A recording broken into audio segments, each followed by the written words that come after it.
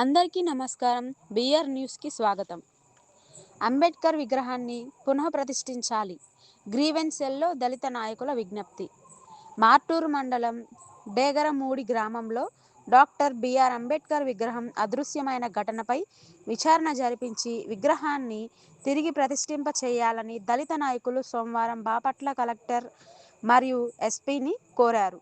డేగరమూడి గ్రామంలో స్థానికులు ఏర్పాటు చేసుకున్న అంబేద్కర్ విగ్రహాన్ని గత వారం అధికారులు అనుమతులు లేవంటూ తొలగించిన సంగతి తెలిసిందే. ఈ క్రమంలో నాయకులు గ్రీవెన్స్ సెల్లో కలెక్టర్ మరియు జిల్లా ఎస్పీకి అర్జీలు ఇచ్చి సమస్యను పరిష్కరించవలసిందిగా కోరారు. కలెక్టర్ సంబంధిత అధికారులను సమస్యను పరిష్కరించవలసిందిగా ఆదేశించినట్లు నాయకులు తెలిపారు.